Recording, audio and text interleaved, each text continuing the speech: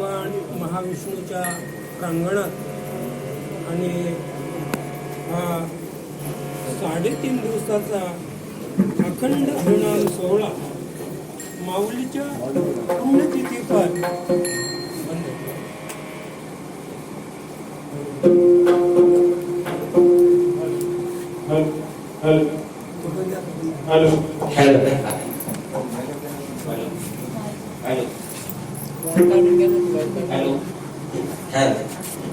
Mic काढून घ्या ना, वायर काढून घ्या.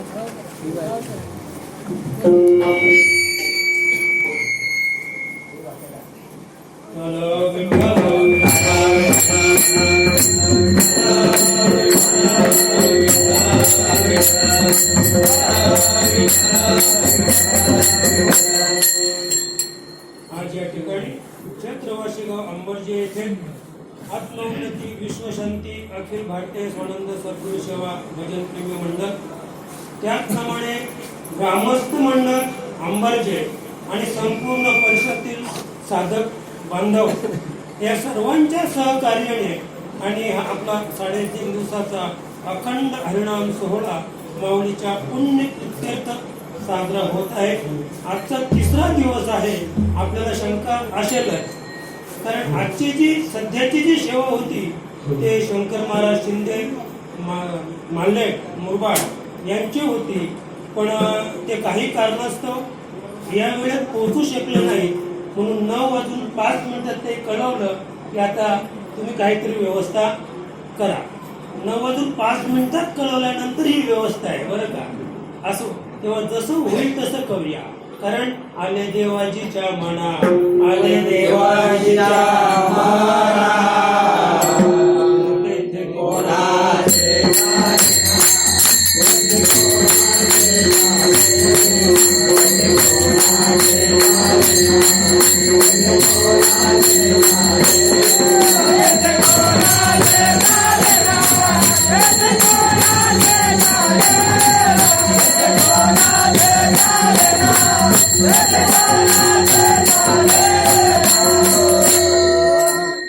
आणि म्हणून बदली कामगार नाही, कीर्तनकार, बदली कीर्तनकार म्हणून मी व्यासपीठावर उभा आहे. आणि आपल्या सेवेसाठी घेतलेला अभंग माऊली ज्ञानोबा यांच्या हरिपाठ प्रकरणातील 5व्या क्रमांकाचा अभंग आहे. तुम्हाला इथेही शंका येईल, आजचा 3रा दिवस आहे आणि मागणीपर अभंग पाहिजे, मागणीपर अभंग पाहिजे. तुकोबांचे 125 अभंग आहेत मागणीपर. पण आज हा अभंग घेण्याचं कारण सांगतो की आमचं असं ठरलंय की भगवान महाविष्णूच्या या मंदिराच्या प्रांगणात जेव्हा जेव्हा आपण कार्यक्रम कीर्तनाचा करू त्या वेळेला हरिपाठाचेच अभंग घ्यायचे. म्हणून आता 4 अभंग झाले आणि आजचा 5व्या क्रमांकाचा अभंग हा माझ्या वाट्याला आला. म्हणून आजच्या सेवेसाठी जो अभंग घेतलाय तो हरिपाठातील 5व्या क्रमांकाचा माऊलीचा अभंग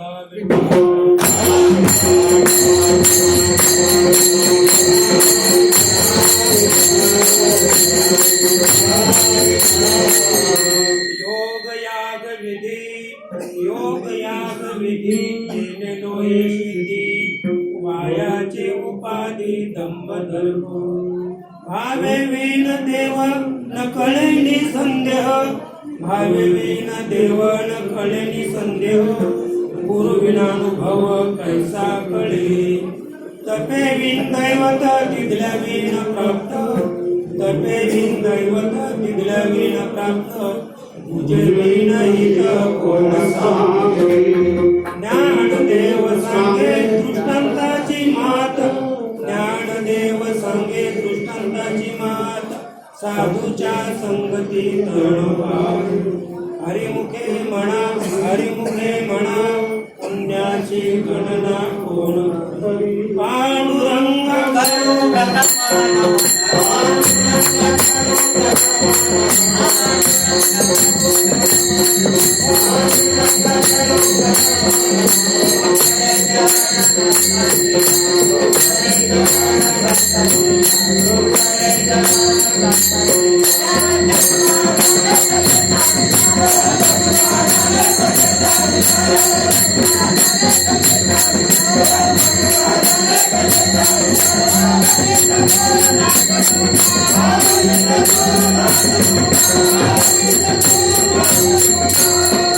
ओम नमो नारायणाय।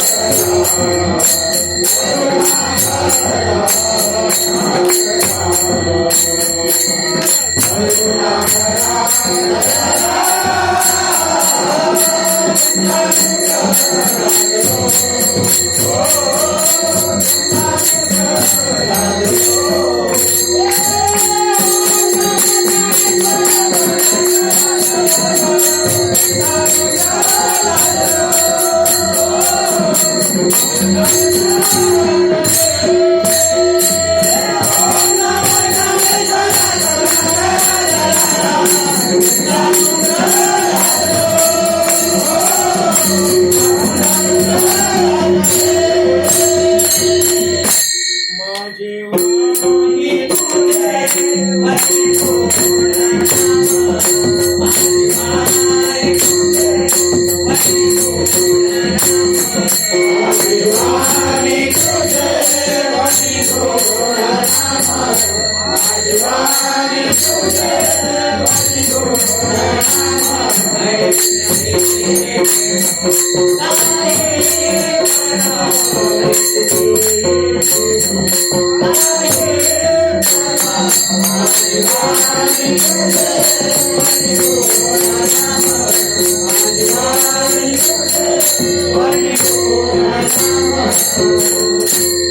पांडुरंगाला नमन करून आणि आजच्या आपल्या या अल्पशा कीर्तनरूपी सेवेला आरंभ करूया.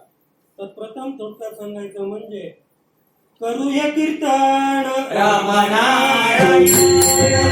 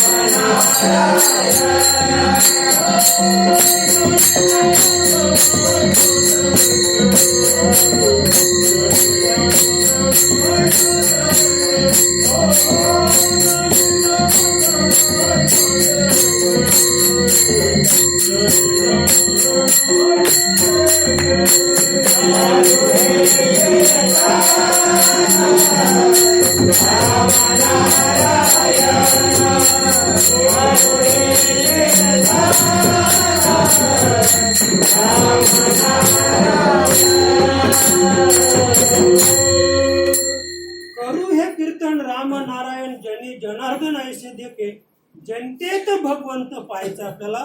ज्यांनी जनार्दन संत बोलती वचन.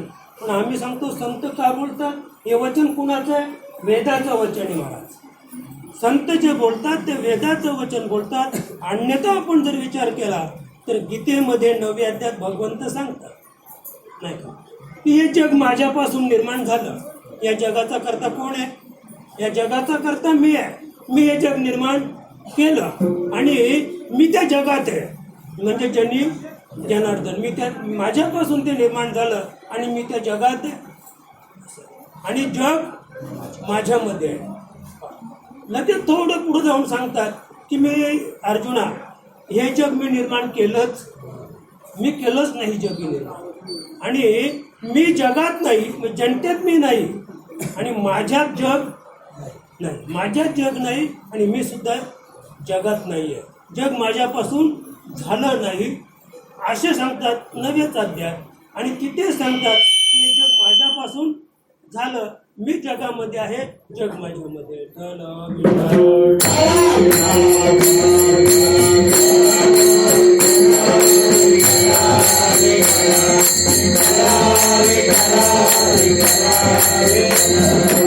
अन्यथा आपण विचार केला तर दोन्ही गोष्टी तथ्य आहे.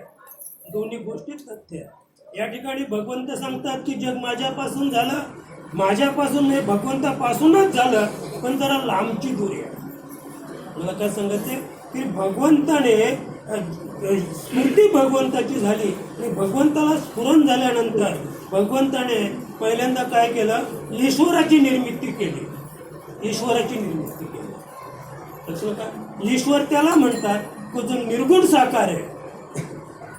ईश्वर त्याला म्हणतात की जो निर्गुण साकार आहे, म्हणजे आकाराला आलेला आहे तो, पण त्याच्यात निर्गुण नाही. म्हणजे गुणाची बात आहे, गुण नाही. म्हणजे 3 जे गुण आहेत ते त्याच्यात नाही. त्रिगुणा विरहित नाम दत्तात्रेय. दत्त महाराज जन्माला आले, पण केव्हा आणि कोणाच्या पोटी? अत्रेय. म्हणजे 3 गुणांचा बाद हा आत्रीच्या ठिकाणी होता आणि म्हणून आत्रीच्या पोटी, थोडक्यात आत्री अनुसायाच्या पोटी आणि दत्तात्रेय जन्माला आले. आणि ते सुद्धा कसे होते? दत्त अत्रेय. म्हणजे 3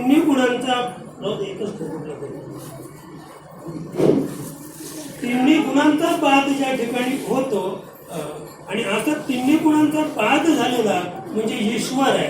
ईश्वरापासून महामाया, मायेपासून त्रिगुण आणि त्रिगुणापासून विश्वाची निर्मिती. म्हणजे भगवंत जे सांगतात की हे माझ्यापासून झालंच नाही, त्रिकाळाबाधित सत्य आहे. माझ्यापासून झालंच नाही, म्हणजे माझ्यापासून झालं नाही म्हणजे मी त्यांच्यात नाही आणि ते माझ्यात नाही. दुसरीकडे ते सांगतात की दुसरी बाजू आपण जर पाहिली तर दुसरा एक फाटा येतो भगवंताकडून. परमात्म्यापासून डायरेक्ट आत्मा या त्यामध्ये दोघे जीव आणि आत्मा दोघे या ध्यात नांदतात आणि त्या ध्याचा अभ्यास केल्यानंतर आपल्याला लक्षात येईल की जनतेत भगवंत आहे किंवा नाही. बाकी माऊली तर सांगते सर्व घटे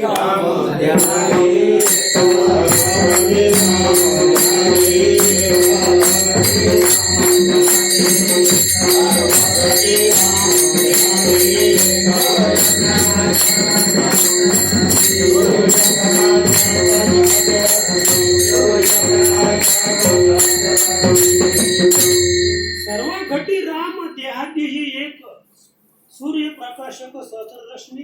त्याच्याकडे एक नैसर्गिक उदाहरण माऊलीने दिलेलं आहे. पण सर्व घटी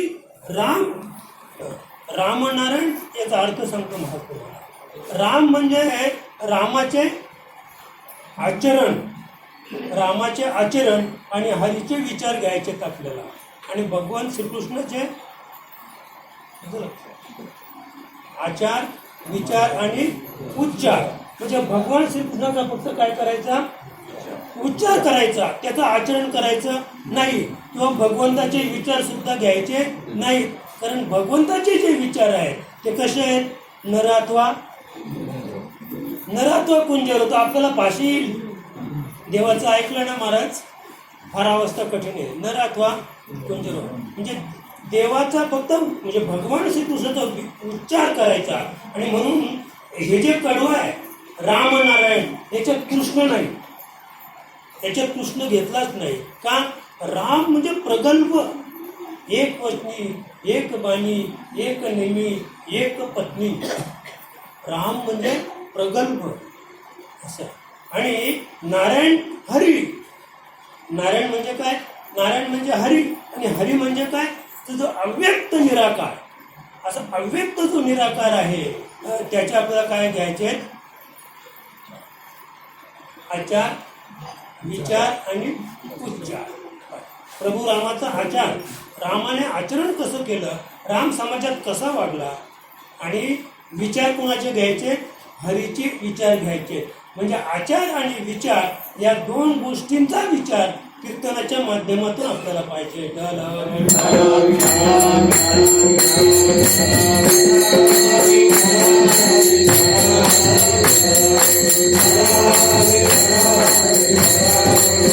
आणि आपली आजची जी सेवा आहे त्या सेवेचं महत्वाचं कारण आहे की माऊली प्रभाकर महाराज हे आनंद संप्रदायाच्या मध्ये एक महान असे एक सत्पुरुष होऊन गेले, महान सत्पुरुष होऊन गेले, आणि त्यांची आज पुण्यतिथी आहे. आणि मी माझं मत भाग्य समजतो का पुण्यतिथीचं कीर्तन माझ्या वाट्याला आलं, काहीतरी कारण असलं पाहिजे. कारण बऱ्याच वर्षापासून किसन बाबा माझ्या मनात होतं, बऱ्याच वर्षापासून मनात होतं, पण मला रात्रीचा कार्यक्रम भेटतच नव्हता. मला दिवसाचा कार्यक्रम करायला फार आवडतो, सकाळचा कार्यक्रम असला ना फार मला आनंद आहे असं. पण रात्रीचा कार्यक्रम आज योगायोगाने आपल्याकडे आलेला आहे. माऊली प्रभाकर महाराज त्यांच्या जीवनामध्ये त्याने खडतर तपश्चर्या केली, इतकी खडतर तपश्चर्या त्याने आपल्या जीवनात केली की मला वाटतं तुकोबरायांचं प्रमाण जे आहे, संसाराच्या नावे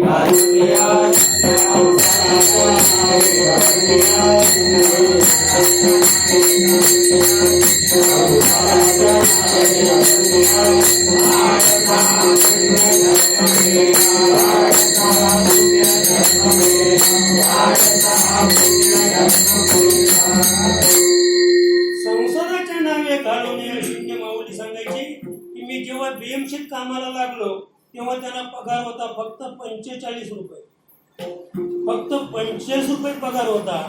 आणि जेव्हा ते मालकरी झाले तेव्हा त्यांना पगार होता 115 रुपये.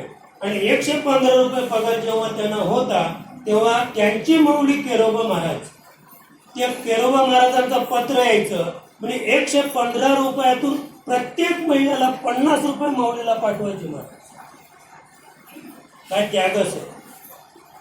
115 रुपये पगारातून 50 रुपये केरोबाना पोस्टाने पाठवायचे, मनी ऑर्डरने पाठवायचे. आणि एकाच महिन्यात जर मनी ऑर्डर चुकली तर त्यांचं तिकडनं पत्र यायचं, विसरलास तू, बेईमान झालास तू, पैसे पाठवले नाहीस, पुढच्या महिन्यात 100 रुपयाची मनी ऑर्डर कर. आणि अशी एक चाप माहिती आहे तुम्हाला, चाप, पाल्याचा चाप, एक चापभर पत्र आम्हाला भेटली होती, चापभर पत्र, केरोबांची पत्र, हे अशा स्वरूपाची पत्र. पैसे लवकर पाठव, पैसे आले नाही, पैसे भेटले नाही. ते एक चापभर पत्र मला वाटतं तासभर मी त्यांची चाचणी केली, तासभर ती पत्र वाचली आणि मग त्यांना भाजली आम्ही. ती पत्र आम्ही भाजायला नेली होती, नागलीचं रूप करायचं होतं आणि त्याच्याकरता ती सगळे कागद आम्ही भाजायला नेले. पण ते मालावर नेल्यानंतर समजलं की ही सगळी पत्र आहेत. मी वाचतच बसलो. आमचे हरिबाबा होते, काशीनाथ कडव होता, पालीचे आमचे भुया होते, आम्ही 4-5 लोक होतो. मला वाटतं कदाचित शंभोबा असतील किंवा माझ्या लक्षात नाही ती गोष्ट, पण आम्ही 2-3 लोक होतो असं आहे. तर अशा खडतर प्रपंचातून माऊलीने जो परमार्थ केला. आणि अगदी थोडक्यात एक छोटासा याचा मी सांगेन की माऊली जेव्हा केरोबाने भेटायला जायची तर भेटायला गेल्यानंतर त्याला घरात सुद्धा घेत नव्हते महाराज. पावसाळ्यात भेटायला गेले होते, पावसाळ्यात केरोबाने सांगितलं तुला कोणी बोलवलं इथे. मी बोलवलं तर तुला नाही बोलवलं ना, बाहेर थांब, आतमध्ये यायचं नाही. पावसाचे दिवस होते, रात्रभर पाऊस पडत होता. वंतोलीवर बसून राहिले बाहेर, वंतोलीवर. त्यांना वाटलं जा म्हणजे गेला असेल. सकाळी उठून पाहिलं तर वंतोलीवर पाण्यामध्ये बसले. म्हणजे परमार्थामध्ये ते तत्व प्राप्त करण्यासाठी तेवढी सोपी गोष्ट नाहीये. गुरुच्या कसाला उतरण्यासाठी अतिशय साहस आहे. गुरुचा जो कस आहे, मला मी सांगतो नेहमी की सगळ्यात चोर असेल तर गुरु. सद्गुरूची संज्ञा आहे ना, सगळ्यात चोर सद्गुरू, सगळ्यात चोर आणि अतिशय लाच खाऊ. सगळ्यात लाच खाऊ असेल तर गुरु. कदाचित तुम्हाला कल्पना नसेल, पण आम्हाला कल्पना आहे त्या गोष्टीची. असं आहे की पुढे पाहू आपण, तिथल्या विण तिथे गेलो का पाहू. असं तेव्हा अशी ही जगाची माऊली प्रभाकर महाराज. आणि इथे हे 37वं वर्ष आहे. जेव्हा आम्ही गोपालबाबांकडं सप्त्याची सुरुवात केली तर त्यावेळेला गोपालबाबांना 3 वेळा बाबांनी विचारलं, ही जागा तुझीच ना. म्हणजे बाबांच्या एक मनामध्ये असा विषय होता की या मोकळ्या जागेमध्ये आपण मंदिर बांधूया, अशी माऊलीची तेव्हापासून इच्छा होती. पण 3 वेळा गोपालबाबांना विचारलं, पण 3ही गोपालबाबांनी सांगितलं की ही जागा माझीच. आणि 3ही वेळेला हरिबाबांनी बाबांना सांगितलं की ही जागा गोपालबाबाची नाही, त्यांच्या मोठ्या भावाची. 3ही वेळेला सांगितलं. आणि म्हणजे तेव्हा त्यांचा जो संकल्प होता, तर तो संकल्प माऊली जेव्हा जगाचा निरोप घेऊन आणि परमतत्वात विलीन झाली, त्यावेळेला पुन्हा तो विचार आमच्या डोक्यात आला. आणि म्हणून या अंबरच्या गावात माऊलीची इच्छा होती मंदिर उभारायचं. पण माऊलीच्या इच्छेने जे मंदिर उभारलं गेलं असतं, त्या मंदिरात माऊलीचं अधिष्ठान नसतं, माऊलीचं अधिष्ठान नसतं. आणि म्हणून माऊलीच्या इच्छेप्रमाणे, आणि माऊलीची इच्छा होती म्हणून माऊलीची इच्छा म्हणून माऊलीचं अधिष्ठान या ठिकाणी निर्माण झालं. आणि या अधिष्ठानावर आपण कार्य करतो, हे आपलं तुमचं आमचं सर्वांचं मदभाग्य आहे.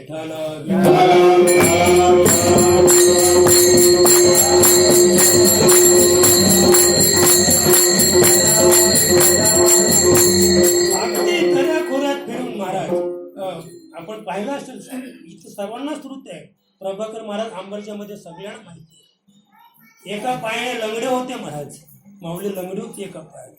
पण दर्या खोऱ्यातून प्रवास केला. अगदी सर डोंगर चढायचे, किती खडतर डोंगर. लोक घाबरायची, बाबा तुम्हाला जमणार नाही. पण बाबा चढायचे, आमचे श्यामबाबांना विचारा. असं आणि बाबा चालायचे, त्यांच्या मागे माणसं पळायची, म्हणजे आम्ही त्यांच्या मागे पळायचो. असं आहे. आणि जेव्हा गाडीचा प्रसंग यायचा बैलगाडीचा, तेव्हा बाबा बैलगाडीत बसायचे आणि बैलगाडीचा तो बावठा म्हणतात ना पाठीमागचा, साठीचा बावठा, तो धरून आम्ही चालायचो. अगदी धानिवली, शिरगाव, मानिवली या विभागात आम्ही बाबांना बैलगाडीने फिरवले. असं आहे. आणि अशी माऊली खरोखर अगदी काय सांगायचं त्या माऊलीच्या बाबतीत, की 1 रुपयाचा सुद्धा कुठे काही बाबा आम्हाला सुद्धा त्यांनी जाताना सांगून ठेवलं की कुठेही कार्यक्रमाला गेलात, कीर्तनाला गेलात, तरी 1 रुपयाची सुद्धा आस करू नका. दोन्हीकडचं तिकीट बरोबर न्या, दोन्हीकडचं तिकीट बरोबर न्या. कोणी तुम्हाला काही दिलं तर घ्या, नाही दिलं तर आनंदच आहे महाराज. आणि आम्ही तर घेतच नव्हतो. बाबाच सांगायला लागले की तुम्ही न घेणारे कोण, म्हणून देतात तर घ्या. आणि तेव्हापासून आम्ही पाकिट घ्यायला लागलो. पहिलं पाकिट आम्हाला 1.25 रुपयाचं मिळलं होतं महाराज. पहिलं पाकिट आम्हाला किती रुपयाचं मिळलं होतं? 1.25 रुपयाचं. फळेगावला 20 माणसं गेलो होतो आम्ही कार्यक्रमाला. 20 माणसं आणि 1.25 रुपयाचं पाकिट. गावाच्या बाहेर आलो, अगदी पौर्णिमेचं चांदणं होतं. हरिभाऊनी मला कानात सांगितलं, बाबा उत्तम आपल्याला पाकिट मिळालं 125 रुपये. आणि त्याच्या आधीची एक गोष्ट सांगतो, कार्यक्रम माझा नव्हता, कार्यक्रम त्या जलगावच्या कुठल्या तरी महाराजाचा होता. आणि एका बाईने 20 सफरचंदांची माळ केली. एक सफरचंद असा गुबगुबीत सफरचंद, 20 सफरचंदाची माळ जेव्हा माझ्या गळ्यात घातली, तेव्हा मी विचार केला, आम्ही 20 माणसं होतो, बरं रस्त्याला लागलो की प्रत्येकाला एक देऊ. महाराज कीर्तन संपलं ना, बाई पाया पडायला लागली माझ्या. म्हणजे बाबा तो हार इकडे द्या, तो सफरचंदाचा हार द्या बाबा. म्हटलं मला पण ती जडच झाला होता तो हार. तिने हार तो मागून घेतला महाराज, पुन्हा मागून घेतला. मला फार वाईट वाटलं. अरे परिस्थिती तशी होती. मला वाटतं म्हणजे डोळ्यात कधी सफरचंद पाहिला नव्हता, 20 सफरचंद तर गळ्यात पाहिजे. पण ती आमच्या नशिबी नव्हती श्याम बाबा. फक्त आमच्या नशिबी पहिलं पाकिट होतं ते. ₹100 ठण विठ्ठला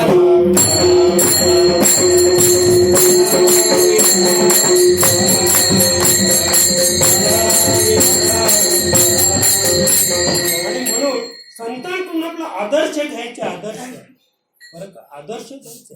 कारण हे जे माध्यम आहे हे पैसे घेण्याचं पाकिट घेण्याचं माध्यम नाही, पण दिलं तर घ्या. माऊलीने एक वाक्य उच्चारलं, दिलं तर घ्या. आणि दिलं तर घ्या म्हटल्यानंतर लोक द्यायलाच लागले महाराज. कारण ते वाक्य कुणाचं होतं? माऊलीचं होतं. माऊलीनं माझा प्रपंच सांभाळला महाराज, म्हणून आम्ही या ठिकाणी आहोत. असं आहे, माऊलीनं हाताला धरून आम्हाला मोठं केलं. असं आहे, माऊली सांगायचे. माझं पोट दुखायचं एक तुम्हाला उदाहरण सांगतो महाराज. बाबाई कल्याणला कार्यक्रम होता बाबांचा. बाबाई सांगितलं, अरे तुम्हाला जगायचं असेल ना, सगळ्या साधकांना सांगितलं, तुम्हाला जगायचं असेल ना तर फक्त याला जगवा, म्हणजे मला.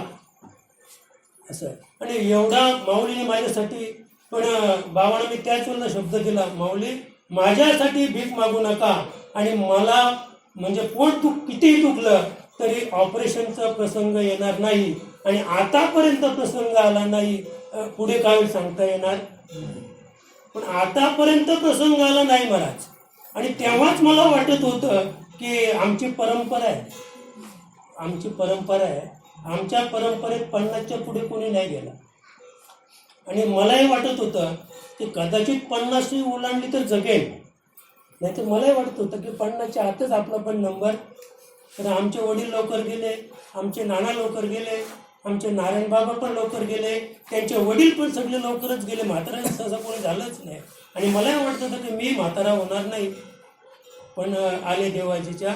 माऊलीने सांगितलं तुला कार्य करायचं आहे. असं आहे.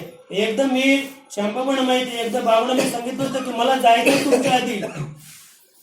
फार प्रसंग आहे की भगवान श्रीकृष्ण जेव्हा निज नावाला निघाले, भगवान श्रीकृष्ण, तर त्याने उद्धवाला सांगितलं की उद्धवा आता मी निज धामाला जातो, माझं कार्यकाल संपलेलं आहे, 3 महिन्यात त्या ठिकाणी कलीचा प्रभाव येणार आहे आणि मग मी निष्प्रभ होईल, आणि म्हणून माझं कार्य संपलं, मी निघतो.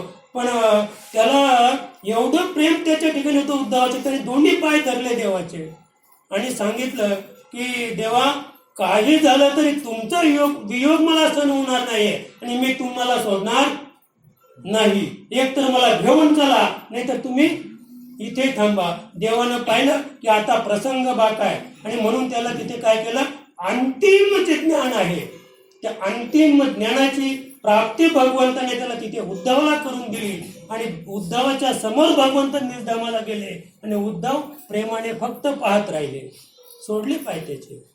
असं आणखी पुढे प्रसंग सांगतो. लोक सांगतात की तुकोबाने जिजीला फसवले, जिजा फसली.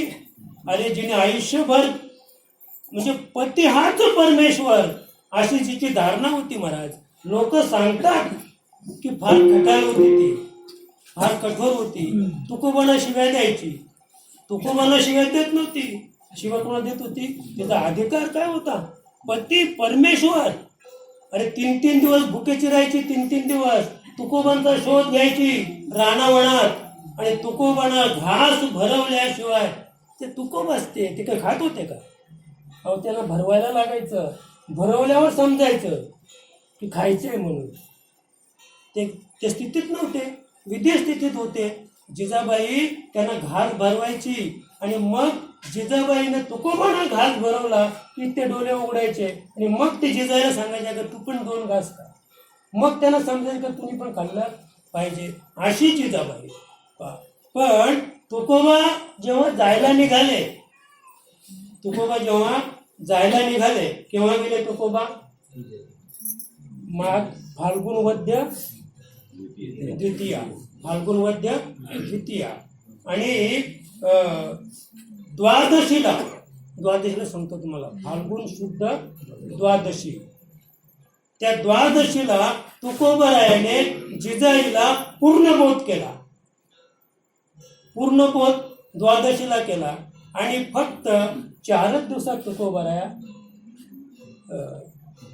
5 दिवसात तुकोबाराया निघून गेले आणि जिजाबाई पाहत राहिली. आणि लोकांना वाटलं की जिजाईला फसवलं जिजाबाईला काहीच वाटलं नाही. तुकोबा विमानात बसून गेले, ती हसतच राहिली.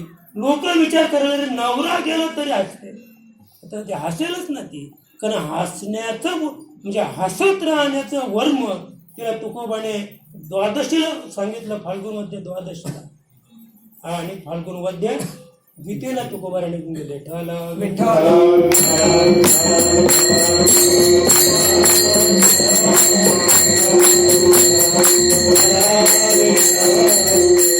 आणि अशी जगाची माऊली प्रभाकर महाराज की ज्यांनी मला म्हणजे मसाला द्यावा, मीठ द्यावा, तांदूळ द्यावे, म्हणजे माझा अर्धा प्रपंच माऊलीने तेव्हा सांभाळला महाराज. गेलो का पहिला प्रश्न तोच विचार, पैसेच का तिकिटाला आहेत म्हटलं तरी खिशात टाकायचे 10 रुपये. आणि कित्येक वेळेला महाराज पैसा विना आम्ही फार महाराज इतके आनंदी, त्यावेळेला आम्ही एवढे आनंदी, रुपया खिशात नाही. इथून पलट सुटायचा वाशिन, पैसे नाही ना. इथून वाशिनला पळत जायचा, वाशिनवरून खर्डीला विदाऊट जायचा आणि खर्डीला उतरून तिथे पलट सुटायचा पुन्हा 16 किलोमीटर तिथे. एकदा महाराज असंच मी आमचे पालीच्या पोयांची म्हातारी मेली, तर ते कसा लोकलला गेलो, पण लोकलला मी गेलो पण ती गाडी नव्हती. गाडी ती गेली निघून आली, लोकल लेट झाली. उतरलो तसा पलट सुटलो, पण 10:30 वाजले होते मला वैतरणाला जायला. तर माऊली 6:15ला ती गाडी जायची, तर 6:15ला रोडवर येऊन थांबली होती.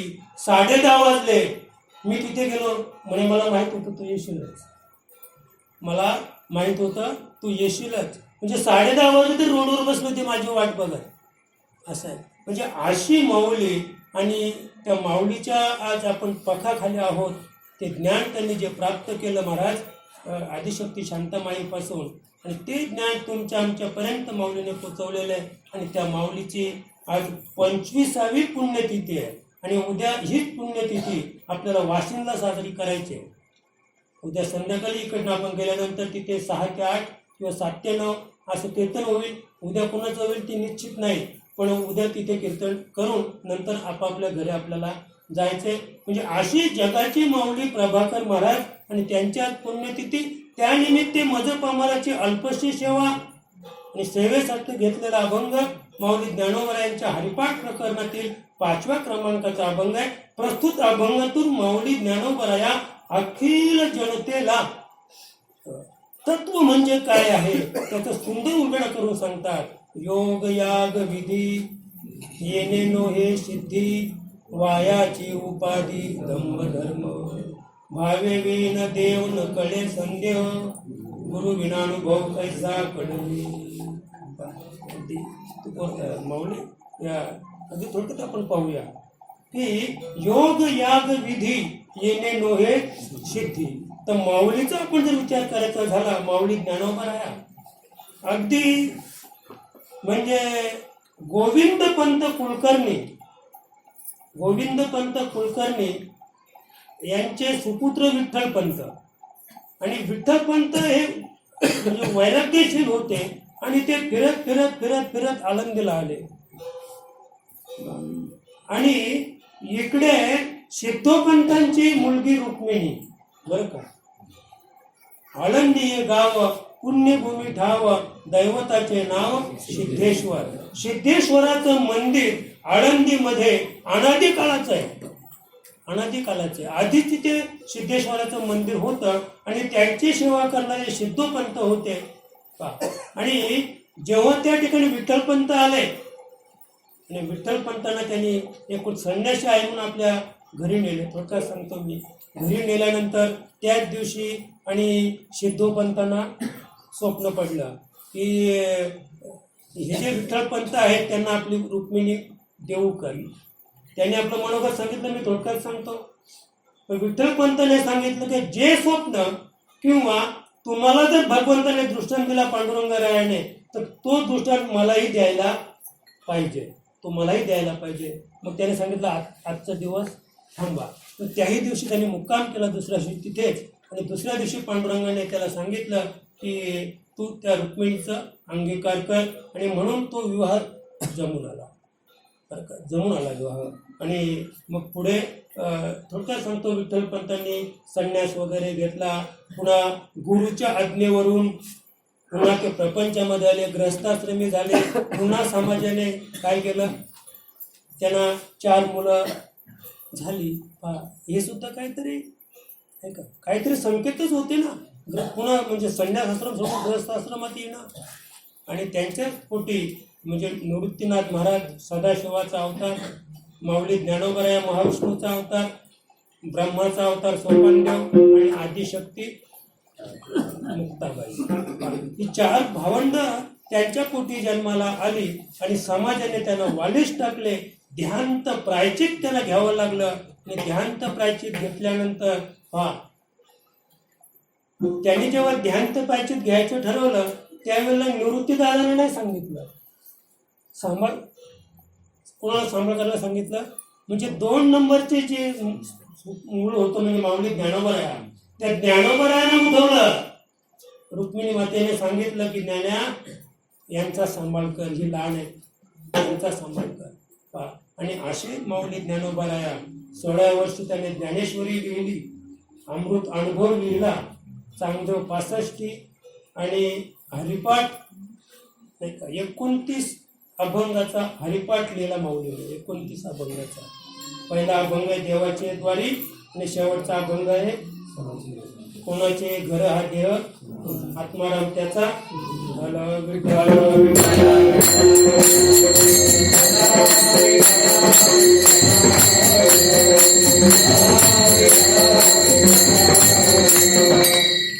या ठिकाणी माऊली सिद्धी शब्द जो वापरतो, सिद्धी म्हणजे अष्टमा सिद्धी नाही. या ठिकाणी सिद्धीचा जो अर्थ आहे, सिद्धी म्हणजे पूर्ण दशा, पूर्ण अवस्था. सिद्धी म्हणजे देव प्राप्त, देव प्राप्त होणे यानाम सिद्धी. म्हणजे आपण जे कर्म आरंभिलेलं आहे ते कर्म शेवटास गेले म्हणजे आपण काय म्हणतो, सिद्ध झालो. म्हणजे अष्टमा सिद्धी त्या अनिमा गरिमा लघिमा त्यांच्या बाबतीत माऊली सांगत नाही या ठिकाणी.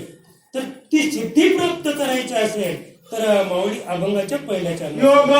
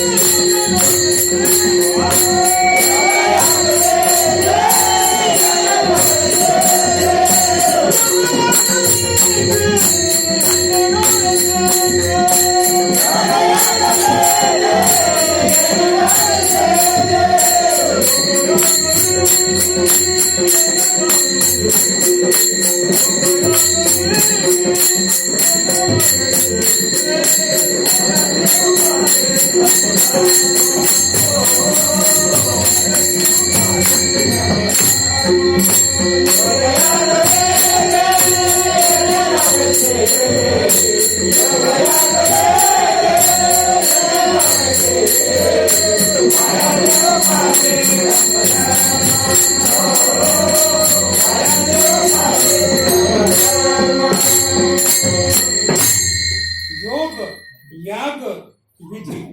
माऊली सांगते योग याग आणि विधी येणे नोहे सिद्धी. आता आपण योग म्हणजे युज धातूपासून निर्माण झालेला आहे. योग म्हणजे युज धातू म्हणजे जोडणे. तर नेमकं काय जोडणं या ठिकाणी आपण कल्पना करता येणार नाही. योग सांगितलेलं आहे बरं का.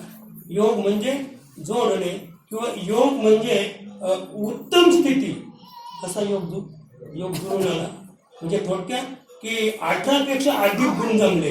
योग म्हणजे काय तर मुलगी आपण पाहिली त्या मुलीचं आणि आपल्या मुलाचं 18 पेक्षा अधिक गुण आले की संबंध घडवायला काही हरकत नाही. म्हणजे त्या संबंधात काही फॉल्ट येत नाही. याला म्हणतात योग, बरं का, योग. आता त्याच्या पुढे आपण जर गेलो तर योग म्हणजे युज धातूपासून निर्माण झालेलं आहे. आपण देवप्राप्तीसाठी किंवा देवाला जोडण्यासाठी आपण जे कर्म करणार आहोत त्याला योग म्हणतात, त्याला योग म्हणतात. लक्षात का? आता योग याग, याग म्हणजे यज्ञ. अनादी काळापासून म्हणजे कृत, त्रेता आणि द्वापार युगापर्यंत यज्ञ होते. त्याच यज्ञाचं आता एक परिशीलन झालेले सत्यनारायणाची पूजा. आता पण याग आहे, याग आता पण चालू आहे, पण त्या यागाला काय म्हणतात? सत्यनारायणाची महापूजा म्हणजे याग. पूर्वी ते याग व्हायचे तर तो घोडा सोडायचा, त्याच्या कपाळावर दिग्विजय म्हणून लिहायचं आणि त्या घोड्याला जो अडवेल त्याच्याबरोबर युद्ध करायचं आणि युद्ध करून त्याची सगळी संपत्ती हरण करून आणायची महाराज.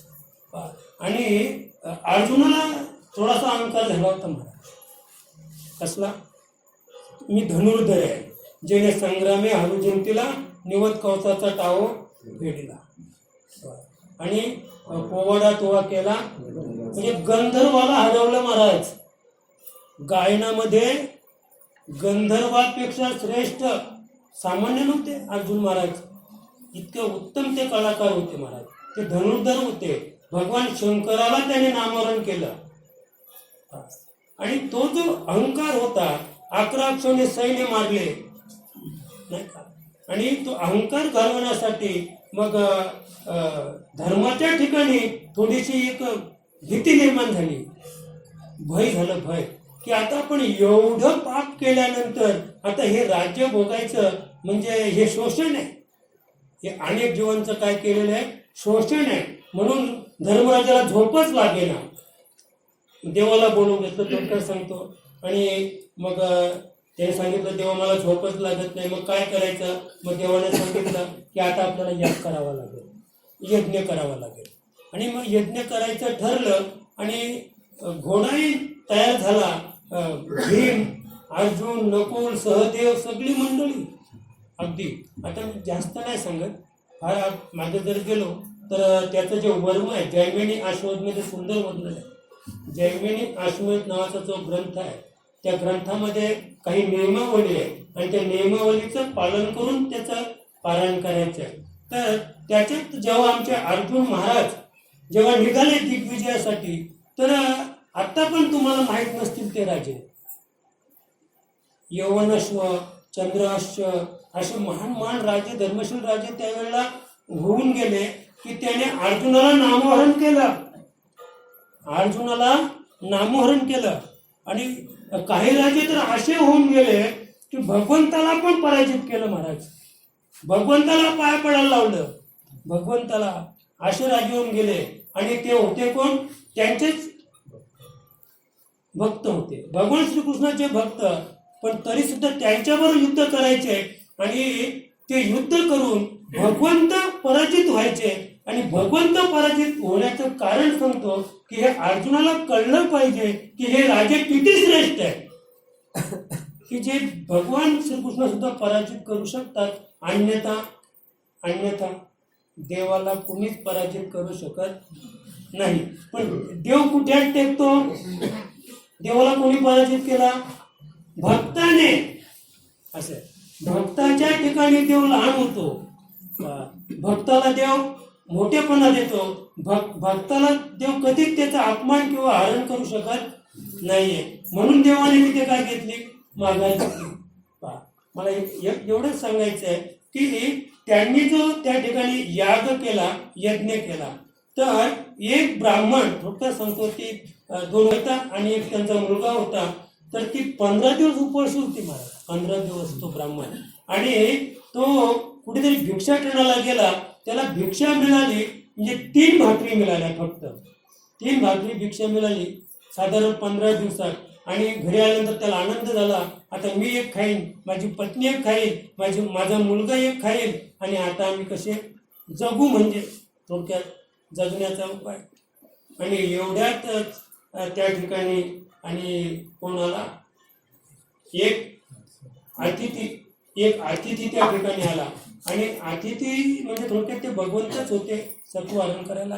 ते अतिथी त्या ठिकाणी आले आणि त्याने सांगितलं देवा माझ्यासाठी काही त्याने सांगितलं की 15 दिवस झाले आम्ही भुके आहोत आणि 3 भाकरी नुकत्याच मी भिक्षा मागून आणलेल्या भिक्षाटनाने. तो म्हणजे तुम्ही सांगता ते बरोबर आहे, पण मी 1 महिना झाला उपवासी आहे. मी उपवासी किती 1 महिना झाला. मग त्या ब्राह्मणाने विचार केला, अरे आपण तर 15 दिवसाचे उपवासी आहोत आणि हा तर 1 महिन्याचा उपवास आहे. लगेच त्याने आपली भाकरी त्याला दिली. आपली भाकरी दिल्यानंतर त्यांची पत्नी विचार करते हे मला सांगायचं.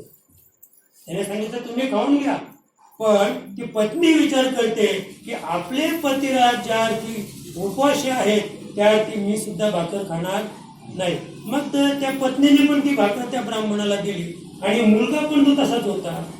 मुलाने सांगितलं माझे आईबाप जर उपवासी असतील तर मी सुद्धा अन्नक्षेत्र करणार नाही. हे तेव्हाच सांगतो बरं का, सत्ययुगात नाही मला ते तेव्हाच आहे सत्ययुगातलं.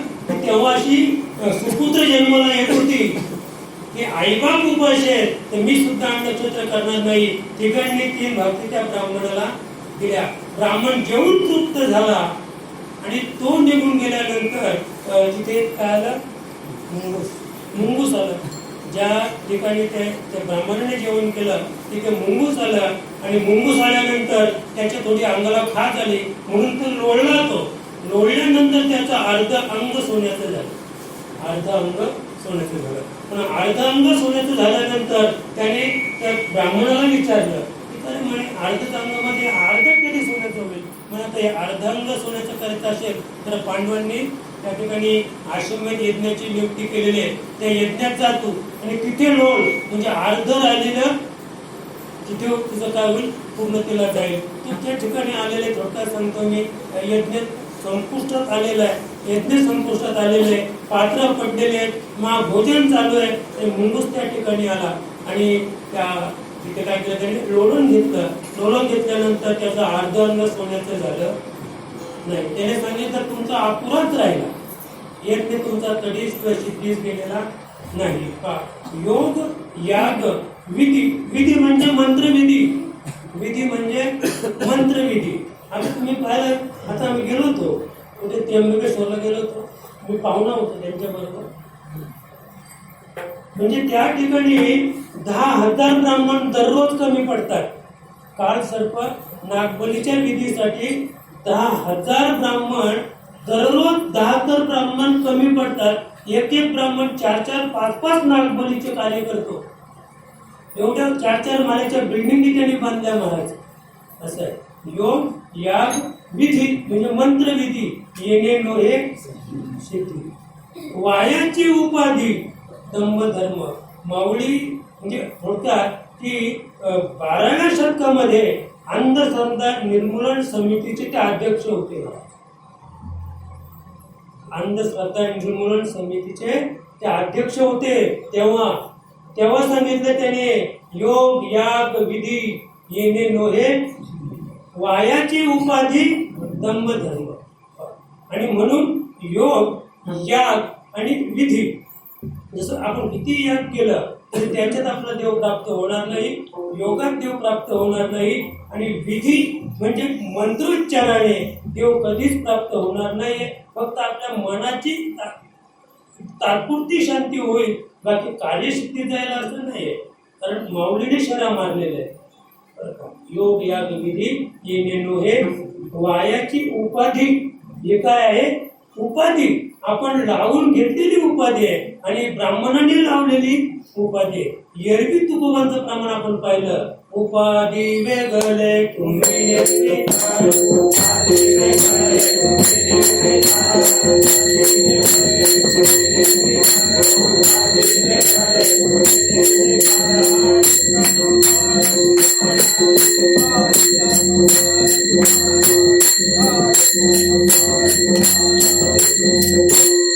उपाधी वेगळे तुम्ही निर्विकार. कोण त्याला भगवान परमात्मा म्हणतात.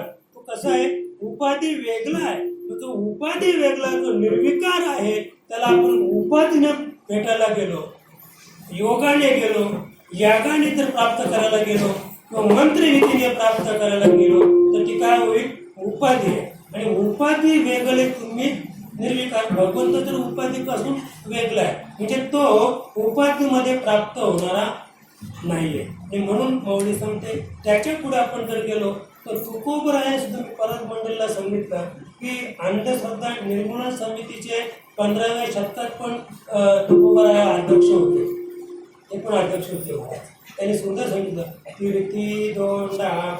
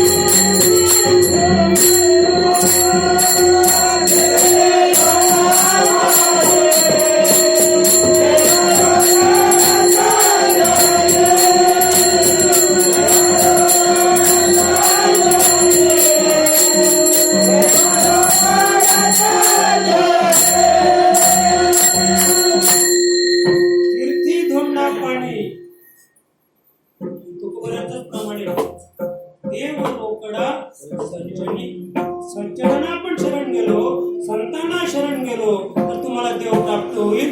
तीर्थात तुम्हाला देव मिळणार नाहीये. तीर्थ में बहुधाम खोजा. सांगतात तीर्थ में बहुधाम खोजा, पण नाही मिळाला का? कबीराला मिळाला नाही मिळाला. बहुधाम खोजा. 8 तीर्थाला जाऊन कबीर महाराजांनी, पण वहां तो कुछ नाही पाया. तिथे भगवंत पाहायला मिळाला नाही. आणि म्हणून त्यांना वेड लागला. आणि मग पुढे त्यांना रामानंद त्यांचे सद्गुरू आणि एक मुंबेडीन होते ते, म्हणून पहाटेच्या वेळेला गंगेवरून स्नान करून येत असताना त्याने काय केलं? फक्त काय केलं माहिती आहे का? एक खड्डा खोदला होता. खड्डा एवढा खड्डा खोदला होता रस्त्यामध्ये कबीराने, आणि डोकं वर ठेवलं होतं. आणि यांचा रोजचा पाठ होता, धोपट मारत होता रोजचा. त्याच्यामुळे ते राम राम राम राम राम राम राम राम खाली पाहतच नव्हते रामानंद. तिकडने जसे आल्याबरोबर त्यांना ठेच लागली. ठेच लागली म्हणजे नेमकं काय झालं? त्या पायाला आमच्या कबीर महाराजांचा डोकं लागलं. ठेच लागलं म्हणजे ते म्हणजे दगड, कबीराचं थोडं दगड रूपाने ते डोकं त्यांच्या पायाला लागलं. आणि ते काय बोलत होते?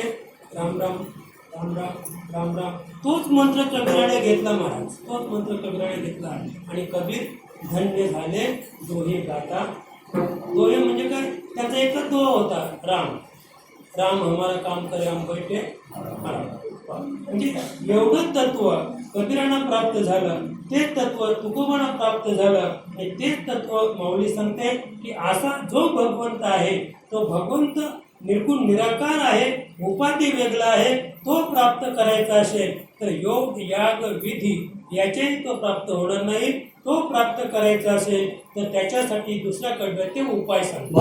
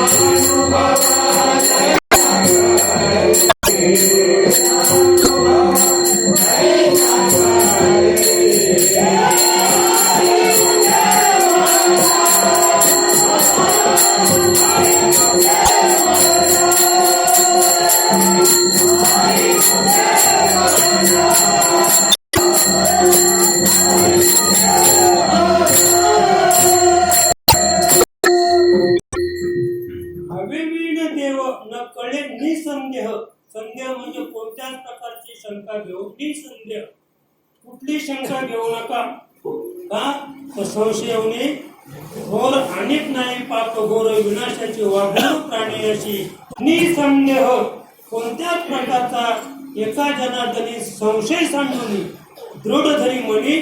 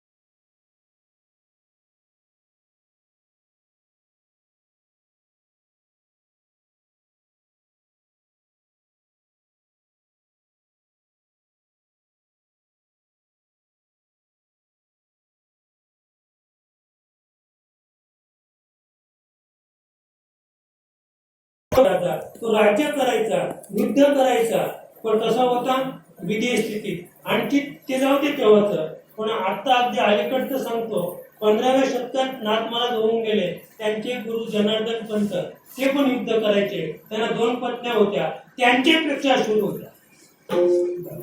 जर युद्धाची बातमी आली तर जनार्दन पंत कपडे घालायच्या त्या चिरकती चढवायच्या दोघी पण, आणि जनार्दन पंतांच्या पुढे तलवारी घोड्यावर आरूढ होऊन जायच्या दोघी पत्नी. म्हणजे विचार करा त्याला किती ज्ञान होतं,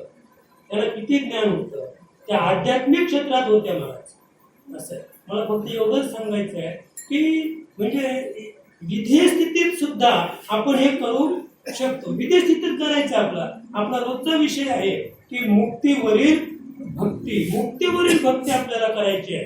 आणि म्हणून गुरुबिन ज्ञान न कले आपल्या भावेबिन देव न कले निसंदेह, आणि गुरुबिन अनुभव गुरुशिवाय अनुभव आपला प्राप्त होणार नाही. आणि तो गुरु मंत्र तंत्र उपदेशिते, घरोघरी गुरु आहेत ते, तो वेळवी सद्वस्तु ते, त्याशी श्रीकृष्ण सद्गुरु म्हणे. त्याच्या पुढे आपण जर गेलो तर जो स्वयंप्रकाशित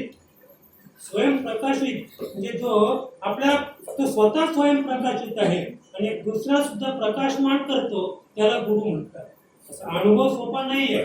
ज्याने अनुभव घेतलेला आहे, अनुभव आले ते या जगात येत असे. तुकोबारायांचा अनुभव आहे की मला जो अनुभव आला तो मी जगाला सांगतो. आणि ज्याला अनुभव आलेला आहे त्याने आपला अनुभव जगाला सांगितला तर त्या अनुभवाने जग सुद्धा तरल्याशिवाय राहणार नाही. म्हणजे अनुभवाचं एवढं महत्व आहे. पण अनुभव प्राप्त करण्यासाठी नितांत आपल्याला आपल्या जीवनामध्ये सद्गुरूची गरज आहे. कुणालाही गुरु करून चालणार. पूर्वी तर लोक कानठुक्या गुरु करायचे. मला फार आठवण आहे महाराज, आमच्याकडे कानठुक्या गुरु यायचे.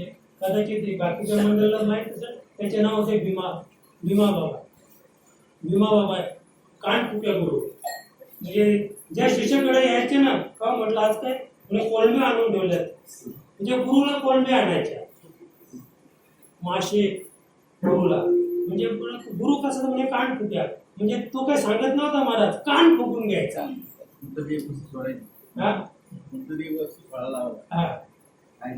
कान फुकून घ्यायचा. कान त्याचं नावच कान फुक्या. म्हणजे असे गुरु आपण जर केले तर आपलं सार्थक होणार नाही. म्हणून मावळी सांगते की भावेमी न देव, भाव असेल तर देव प्राप्त करता येईल, आणि भाव असेल तर तो भाव इतका सदृढ होईल की तूच देव, तूच आहेस तुझ्या जीवनाचा शिल्पकार. आपलं जीवन आपणच घडवायचं, आणि आपलं जीवन आपणच घडवण्यासाठी आपल्याला सद्गुरूची गरज आहे. म्हणून भावे विन देव न कले निसंदेह, गुरु विन अनुभव कैसा कले. गुरुशिवाय आपल्याला कोणत्याही प्रकारचा अनुभव प्राप्त होणार नाही. म्हणून गुरु आपल्याला जो करायचा आहे तो सुद्धा असा करायचा आहे की आधी धरावा मनगट. कोणाचा? गुरुचा. मनगट धरून त्याला विचारायचं आहे, आणि मग तो सांगेल देव कसा आहे. असं देव विचारा. तुम्ही गुरु करताना विचारा, तुम्ही देव दाखवाल का? तो देव दाखवील असा गुरु करा. पण इकडे पुन्हा देव दाखवी ऐसा नाही. म्हणजे देव ही दाखवण्याची वस्तू नाही, कारण ही जी वस्तू आहे ती ओतप्रोत गगनाऊनी जुने, परमाणुनी साने, दयाचेने सानिध्यने विश्व चले. माऊली गीतेमध्ये सांगते की ही जी वस्तू आहे ती वस्तू अशी गगनाहूनी जुनी म्हणजे थोडक्यात सरळ भाषेत पाहिलं तर जेव्हा आकाशाची निर्मिती नव्हती तेव्हाच, आणि थोडी वेगळ्या भाषेत पाहिलं तर त्या आकाशापेक्षा आधीच म्हणजे ज्याच्यापासून आकाशाची निर्मिती झाली असं त्या गगनाहूनी जुने, परमाणुने साने. परमाणु म्हणजे दुर्बिणीत जो कण दिसत नाही त्याला परमाणु म्हणतात. परमाणु तर त्याच्यापेक्षा लहान परमाणु साने, इतका लहान तो आहे. पण दयाचेने सानिध्यने म्हणजे परमाणुपेक्षा लहान कण आहे, पण संपूर्ण विश्वाला चालवण्याची शक्ती त्या परमाणुमध्ये आहे. अशी जी शक्ती आहे ती शक्ती प्राप्त करायची असेल तर आपल्या गुरुशिवाय प्राप्त होणार नाही. ते म्हणून माऊली तिसऱ्या चरणात सांगतो. हो ना. तपविना दैवत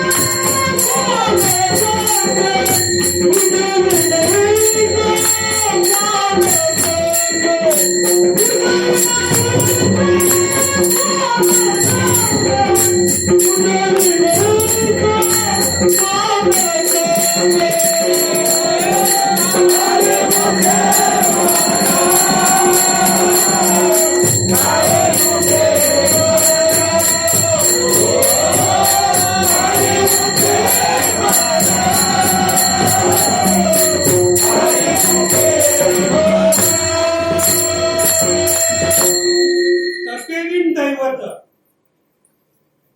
काय सांगते माऊली की तपश्चर्या केली नाही तर आपला दैवत प्राप्त होणार नाही. मग तपश्चर्या म्हणजे नेमकं काय? तपश्चर्या म्हणजे नामस्मरण.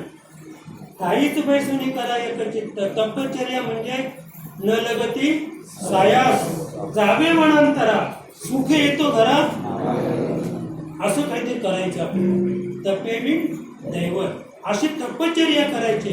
काय तपश्चर्याला म्हणतात? तपश्चर्या म्हणजे नियमावली. आपण नियमावलीला महत्व दिलं पाहिजे.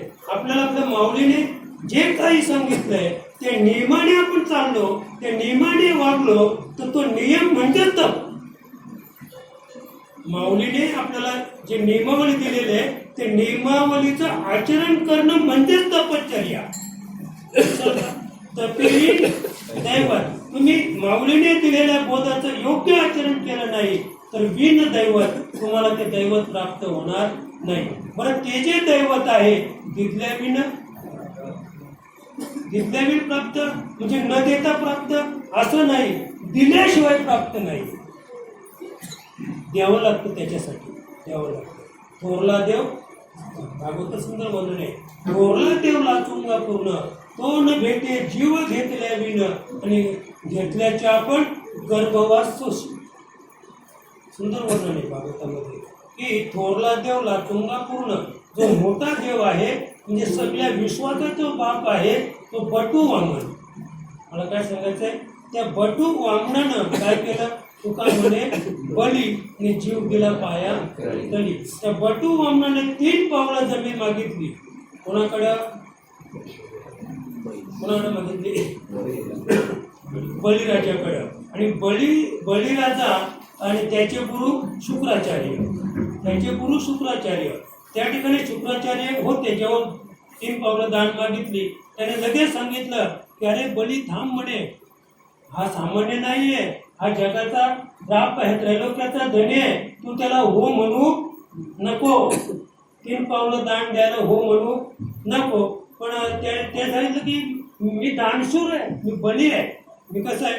बळी आहे म्हणजे मी दान दिल्याशिवाय राहणार नाही. मग लगेच ती झारी घेतली. मला झारीमध्ये पाणी भरलं आणि मग ते आता आपण पाहतो ना, इथे पाणी सोडतो ना आपण तामणामध्ये, तसं ते पाणी सोडायचं होतं. ते पाणी सोडायला घेतलं कोणी बळीराजाने. तर शुक्राचार्य सूक्ष्म रूप घेऊन त्या झारीच्या तोटीत जाऊन बसले होते. झारी माहिती आहे ना, वाप शिपायची झारी, त्याच्या तोटीत जाऊन शुक्राचार्य बसले होते. आणि ते जाऊन तिथे बसल्यानंतर आता वामनाच्या हातावर नाही का म्हणजे पाणी पण सोडणार होता बळीराजा, आणि ते असं पाणी सोडणार तो स्वतःच्या हातावरून, पण ती तोटीतून पाणी पडत नाही म्हणून सूक्ष्म रूपाने कोणी पाहिलं म्हणजे वामनाने काढी टाकले बरं का खालून, मग पाणी येत नाही. आता पण आपण पहा ना, झारीतून पाणी कमी यायला तर आपण काय करतो, इकडनं काढी घालतो. बलीने आंधळा शुक्र केला, बलीने आंधळा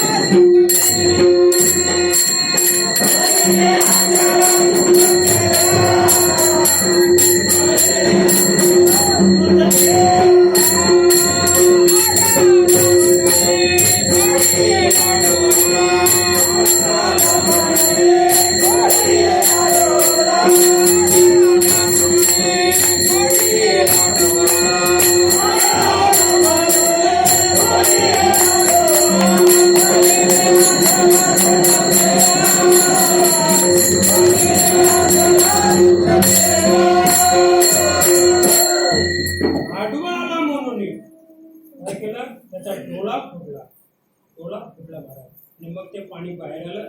मग लगेच पाणी सोडलं आणि 3 पावलं दांड घेतली जागा, आणि 2 पावलाने मृत्यू आणि स्वर्ग, आणि 3रं पाऊल कुठे ठेवू म्हणून त्याच्या मस्तकावर पाऊल ठेवलं, आणि बळीला कुठे घातला, पाताळात घातला महाराज. तुका म्हणे बळी जीव दिला पायातळी, म्हणजे अशा पद्धतीने आणि बळीराजाला पाताळात घातला. पण अद्यापर्यंत वामन अवतारातील भगवंत त्या ठिकाणी काय करून राहिलेले आहे, त्या बळीची सेवा करून राहिलेले आहे. मला काय सांगायचं, दिल्याविन प्राप्त, म्हणजे दिल्याशिवाय भगवंत प्राप्त होत नाही. थोरला देवला चुंगा पूर्ण, तो न भेटे जीव घेतल्याविन, म्हणजे जीव घ्यायला पाहिजे बरं का. आता आम्ही फक्त काय करतो, आम्ही देतो, गुरुला देतो, संतांना देतो, साधूला देतो, पण काय देतो, कोणी कांबळे देतो, कोणी घुंगडी देतो, कोणी चादर देतो, कोणी तांदूळ देतो, कोणी पैसे देतो, थोडक्यात सांगायचं म्हणजे. पण जीव घेतल्याविन जीव कोणीच देत नाही. तनु म्हणू जीवे चरणाशी लागावे, अगर्वता करावे दास्य सफळ. म्हणजे जीव जोपर्यंत आपण अर्पण करत नाही, जीव जोपर्यंत देत नाही, तोपर्यंत आपल्याला देव प्राप्त होणार नाही. तपेविन दैवत दिदल्याविन प्राप्त, म्हणजे तपेविन दैवत उदाहरण येते. दिदल्याविन प्राप्त म्हणजे आता आपल्याला नेमकं देव प्राप्त आपलं काय द्यायचंय, तर जीव द्यायचा आपल्याला. जीव द्यायचे, मग आता आपण जर समजा जीव दिला तर काय होईल, आत्महत्या. जीव दिला तर काय होईल, आत्महत्या. मग आपला जीव द्यायचा आहे का परमार्थात, जीव द्यायचा नाही, जीवाचा भाग करायचा आपल्याला. म्हणजे जीव जो आहे, जीव आणि आत्मा किंवा जीव आणि शिव यांच्यामध्ये जो अविद्येचा पडदा आहे, तो पडदा सद्गुरूच्या कृपावर बोधाने तो पडदा बाजूला करायचे. तो पडदा बाजूला केला की जीव आणि शिव किंवा जीव आणि आत्मा दोन्ही एक होते. आता अद्याप एक छोटंसं उदाहरण पाहू बाहेरचं, की पाण्यामध्ये एक मोठा मडका भरलेला आहे, पाण्यातच ते मडकं भरलेलं आहे आणि पाण्यातच ठेवलेलं आहे. आणि पाण्यात भरून ठेवलेलं मडकं पाण्यात ठेवलं आणि ते पाण्यात फुटलं. काय झालं, पाण्यात फुटलं. आणि पाण्यात फुटल्यानंतर त्याची मधली जी म्हणजे मडक्याची जी कड आहे ती फुटल्यामुळं आता आतलं पाणी आणि बाहेरचं पाणी ते एकत्र यायला किती वेळ लागला असेल, काहीच नाही. लक्षात का, तेवढंच अंतर आहे महाराज, जीव आणि आत्म्यामध्ये तेवढंच अंतर आहे. पण अविद्येचा पडदा बाजूला केला की जीव आणि आत्मा दोघे एकत्र येतात, आणि दोघे एकत्र आलं की जीवदशा संपते. कारण हा लहान आहे, जीवदशा म्हणजे जीव कसा आहे, लहान आहे. मग तो आत्म्यामध्ये प्रविष्ट झाला की त्याचा धर्म, त्याची जडता गेली, त्याची चैतन्यता गेली, त्याचं मी पण गेलं, तो आता आत्मस्वरूप झाला. म्हणजे त्याची जीवदशा गेली म्हणजे जीव दिला पाया तळे. आता त्याचे पाय पण कुठे आहेत, त्याचे पाय पण इथेच आहेत. चित्ती तुझे पाय रूपा डोळाचे. जायचं आपलं पुढं 11:30 वाजले, 11:15 झाले, 5 मिनिटं घडेल पुढं. तर थोडक्यात की त्याचे ज्याचं आम्ही स्मरण करतो, ज्याचं पूजन करतो, ज्याची सेवा करतो, त्याचे पाय पण इथेच आहे. आपल्या चित्तामध्ये, आपल्या हृदयाच्या ठिकाणी त्याचे पाय आहेत. आणि आत्मा ज्याला म्हणतात तो पण कुठे नाही का, देव आहे. देव आहे हृदय मंदिरी शोधून पाय. म्हणजे हृदयाच्या मंदिरात देव राहतो, म्हणजे आत्मा हा हृदयाच्या मंदिरात राहतो. पण हे जे हृदय आहे ते कसं आहे, सूक्ष्म हृदय आहे बरं का. जनाबाईचं किती सुंदर, इडा पिंगला शिशुमना तिन्ही पाहे हृदय भुवना. बरं का, हे गणित जमणार नाही महाराज, हे गणित आपल्याला जमणार नाही. आता आमचा रात्रीच विषय झाला. मला नरेशने एक प्रश्न विचारला की म्हणे नागपुडी तुम्ही सांगता तो श्वास बदलतो कसा. तर त्याला सांगितलं की तो 2.5 तासात बदलतो. आता तुमची उजवी चालू असेल नागपुडी तर 2.5 तासात डावी चालू होईल, पुन्हा 2.5 तासात उजवी चालू होईल. आणि मग ह्या दोन्ही नागपुड्या जेव्हा हे दोन्ही स्वर जेव्हा चालतील तेव्हा सूक्ष्म दराचं म्हणजे ज्याला सुषुम्नेचा मार्ग म्हणतो आपण तो उघडला जातो. पण मला त्यांनी प्रश्न केला की वैज्ञानिकांनी या अद्याप कुठेच लिहिलेलं नाही. म्हणजे डावी नागपुडी 2.5 तास चालते, नंतर ती बंद होऊन उजवी नागपुडी चालते, म्हणजे हे अद्याप शास्त्रज्ञांनी सिद्ध केलेलं नाही. म्हटलं अद्याप काही वेळ जाईल, त्यांना हे सिद्ध करायला अद्याप काही वेळ जाईल. मी त्याने हाही प्रयोग करून पाहिला, कारण श्वास तर चालत नाही, श्वास चालत नाही म्हणून नाक धरून पाहिला. लक्षात का, श्वास चालत नाही म्हणून नाक धरून पाहिलं, तर नाक धरून पाहिलं तर म्हणे मग गुदमरल्यासारखं झालं, म्हणजे श्वास चालू आहे. म्हटलं हेच तर नवल आहे परमार्थातलं. आपण जो अभ्यास करतो, जे नामस्मरण करतो, हे त्यातलं वर्म आहे, हे गुह्य आहे. असं आहे की हे तेवढं सोपं नाही. त्याला मी रात्री सांगितलं की माझा हा स्वर हा नाडी बंदच आहे कायमची, चंद्रस्वर चालू आहे. कोणाचे किती जरी वास्तुशांतीचे कार्यक्रम असतील ना, आपण त्या घराचा पाय टाकला तर संपलं सगळं, तरी पण आपल्या घराची वास्तुशांती करायला भटालाच बोलावं लागेल. पण मी विनोदला सांगितलंय, विनोदकडून आपली वास्तुशांती करून घ्यायची. पण अन्यथा विचार केला तर सदैव भाडलीचा विचार केला तर जेव्हा डावा सुरू आहे नाकाचा, डावा सुरू आहे नाकाचा, त्यावेळेला तुम्ही घरात प्रवेश करा कुटुंबासहित, तुमची वास्तुशांतीच झाली, वास्तुशांतीच झाली. पण हे कुणाच्यासाठी, ज्याचा विश्वास असेल, विश्वास असेल तर. आणि मग आता आपल्याला जी वास्तुशांती करायची ना ती मुक्तीवरील भक्ती. आता वास्तुशांती करायची ना, विनोदला मी तेव्हा सांगितलं जेव्हा पाया घातला, तेव्हा पायाला पण तोच होता. आम्ही भटाराने बोलवलं आणि वास्तुशांतीला त्यालाच बोलवायचे. आणि ते का बोलवायचे तर मुक्तीवरील भक्ती. म्हणजे फक्त लोकांना दाखवायचे, अरे बाबा घरात गेले, शांती पण नाही केली घराची, म्हणून त्या घराची शांती आपल्याला करायचे. आणि म्हणून विनोदलाच बोलवायचे, आपल्याला भटाला बोलवायचं नाही. कारण विधी नसतो त्याला ना, जाऊ तो आपला विषय नाही. तपे बिन दैवत दिदल्या बिन प्राप्त. मला फक्त एवढं सांगायचं की काहीतरी त्याला जीव आपल्याला द्यायचे. जीवदशा गेली की आत्मदशा प्राप्त झाली, आत्मदशा प्राप्त झाली की त्याला एवढा आनंद होतो, कारण आत्म्याचा गुणच आनंदमय आहे असं. आणि आत्मदशा प्राप्त झाली की मग पुन्हा गुरु अद्याप त्याला जागा करतो, अरे अद्याप पुढे जायचंय तुला. म्हणजे तो काय, मग मी ब्रह्म आहे, ब्रह्मदशा. म्हणजे आत्मदशेपेक्षा आणखी उन्नत दशा आहे ब्रह्मदशा. मग तो म्हणजे आत्मदशा जी आहे ती संकोचित आहे, आत्मदशेला आकार आहे, आत्मदशा संकोचित आहे. मग ती आत्मदशा जेव्हा ब्रह्मदशेला पोचते तेव्हा तो जो आत्मा आहे तो व्यापक बनतो. तो आत्मा कसा बनतो, व्यापक बनतो. आणि आत्मा व्यापक बनला की याला वाटते मला आता काहीतरी प्राप्त झालं. मग तो म्हणतो मी ब्रह्म आहे, मी ब्रह्म आहे. आणि मी ब्रह्म आहे, इथे अनेक योगी तपी जपी सगळे फसले, इथे मी ब्रह्म आहे. आणि म्हणून आपल्याला नितांत सद्गुरूची गरज आहे. मग सद्गुरू सांगतो, अरे तू ब्रह्म नाहीस, तू ब्रह्म नाहीस, तू ब्रह्माचा साक्षी आहेस. आणि रात्रीचा आपला फार सुंदर विषय आहे, त्यात तू ब्रह्माचा साक्षी आहे, तू नुसता ब्रह्माचा साक्षी नाही तर साक्षीचा साक्षी आहेस. तो ब्रह्माचा साक्षी आहे ना, त्या साक्षीचा तो साक्षी आहे. म्हणजे महाकारण ते चौथा, महाकारणाच्या पुढे पाचवा अतिकारण, आणि अतिकारणाला जाणणारा तू आहेस, त्याचा तू साक्षी आहेत. इथपर्यंत आपल्याला पोहोचायचंय. इथपर्यंत आपण पोहोचलो की तुका म्हणे बळी जीव दिला पाया तळी. मग आता जीव दिला का आपण?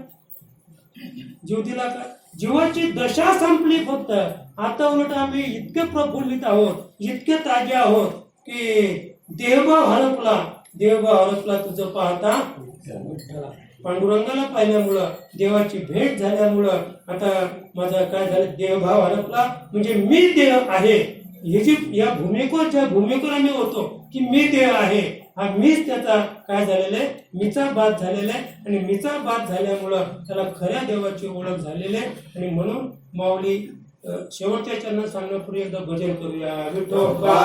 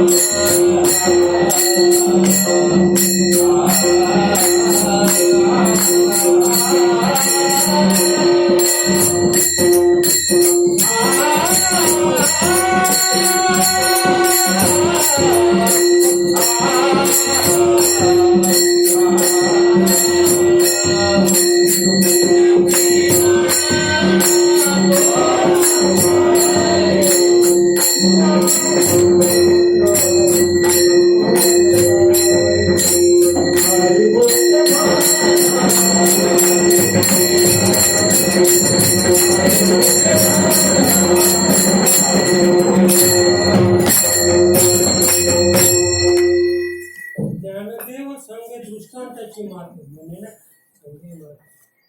ज्ञानदेव सांगे दृष्टांताची मात साधूच्या संगतीत तरणोपाय. 11:30 व्हायला आले, फक्त 2-4 मिनिटं घेतो, फक्त साधूचीच व्याख्या सांगतो आणि आपण कार्यक्रमाला सुरुवात घेतो. तुकोबांचाच अभंग आहे, कमन सिद्ध आपण पाहूया. साधू म्हणावे कोणासी नित्य भोगी परनारीशी. तुकोबाने त्याची व्याख्या केलेली आहे की साधू म्हणावे कोणासी, आम्ही कोणत्याही साधूला शरण गेलो एखादं लंगोटी पात्र साधू असेल, भगव्या कपड्याला साधू असेल, आपण त्याला घरी आणलं, त्याची सेवा केली, पूजा अर्चा केली, सगळं काही सोपास्कार केले तरी आपल्याला काही त्याच्यापासून उपयोग होणार. ज्ञानदेव सांगे दृष्टांताची साधूच्या संगतीत तरुणोपाय. आपला तरुण जायचं असेल, या भवसागरातून तरुण जायचं असेल तर सोपं नाही आहे. तारू भला पांडुरंग पाय भिजो नेदी अंग. म्हणजे या भवसागराचं जे पाणी आहे त्याच्यात एक एक मासा आहे ना महाराज, त्या भवसागराच्या पाण्यात फार मोठे मोठे मासे आहेत, फार मोठे मोठे मासे आहेत. आणि भवसागराचे जे पाणी आहे त्या पाण्याने तहान भागत नाही पण तृष्णा मिटत नाही. तहान भागत नाही पण तृष्णा मिटत नाही, तर ते पाणीच नाही, तो भवसागर आहे. त्याची खोली सुद्धा सांगता येणार नाही. म्हणजे भवाचा सागर, भूभव म्हणजे होणे, जन्माला येणे आणि मरणे, असा तो सागर आहे महाराज. आणि म्हणून ज्ञानदेव सांगे दृष्टांताची मात साधूच्या संगतीत तरुणोपाय. म्हणजे त्या भवसागरातून तरुण जाण्याचा उपाय म्हणजे साधूची संगती करणे. आता साधूची संगती करणे तर प्रथमतः साधूची ओळख झाली पाहिजे. आणि म्हणून तुकोबाने या अभंगातून साधूची ओळख करून दिलेली आहे. साधू म्हणावा नित्य भोगी परणारीशी, जो सतत इतर स्त्रीला भोगतो त्याला साधू म्हणतात. आता साधू कोणाला म्हणावा की जो स्त्री विरहित आहे. साधू कोणाला म्हणतात? जो मठावर राहतो नाही का, जो झोपडीत कुठे बाहेर राहतो, म्हणजे स्त्री शिवाय जो राहतो त्याला साधू म्हणतात. आता साधूची दुसरी व्याख्या आहे सहाधू. म्हणजे काम, क्रोध, लोभ, मोह, मद आणि मत्सर हे षड्विकार ज्याचे गेले, हे षड्विकार त्याचे अधू झाले, तो साधू. आणि हा दुसरा जो साधू आहे तो नित्य भोगी परणारीशी बरं का. भोगून या चौघ्या नारी पाचवीची इच्छा करी. म्हणजे इतकं बलाढ्य आहे महाराज. हा साधू एवढा बलाढ्य आहे. इथे आपण जर पाहिलं, मी नेहमी सांगतो की पुरुषापेक्षा स्त्रीला 8 पट काम आहे. जी वासना जिला म्हणतो ना, ती वासना पुरुषाच्या वासनेपेक्षा 8 पट मोठी आहे.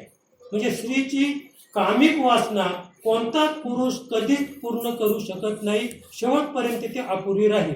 पण हा जो साधू आहे हा भोगून या चौघी नारी पाचवीची इच्छा करी. म्हणजे हा 5वीची इच्छा करतो. 4 भोगल्या तरी याचा काम पुरा झाला नाही. बरं, पुढे पाहू.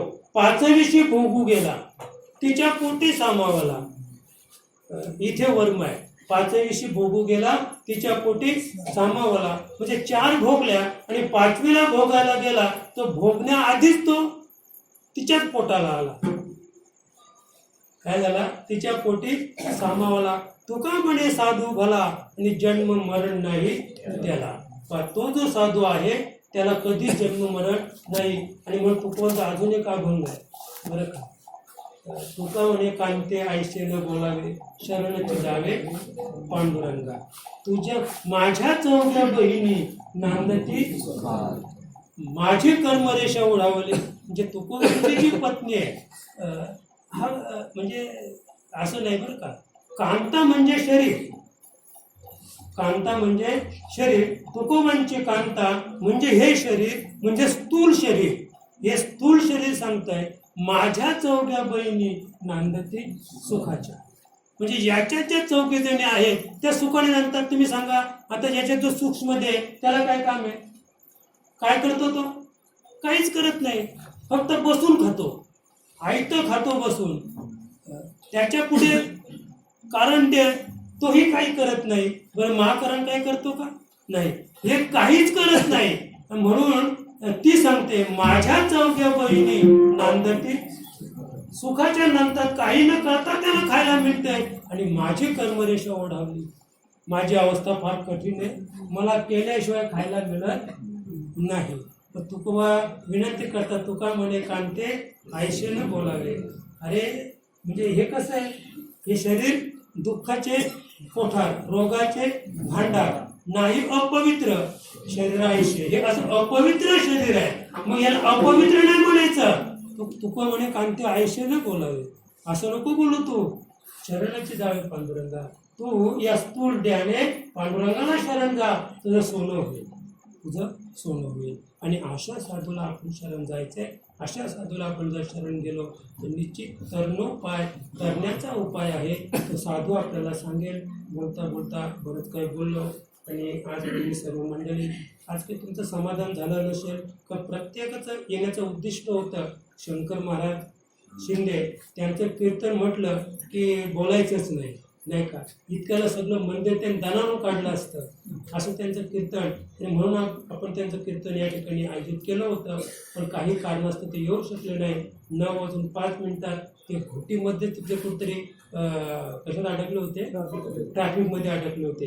आणि म्हणून त्यांनी तिकडनं फोन केला की आता मी पोचू शकत नाही, तुम्ही आता काहीतरी पर्याय करा. आणि म्हणून हा एक पर्यायी व्यवस्था म्हणून आपण या ठिकाणी उभं राहिलो. एवढं बोलून आपली सेवा याच ठिकाणी माऊली प्रभाकर महाराज यांच्या चरणी समर्पित करूया. ज्ञानेश्वर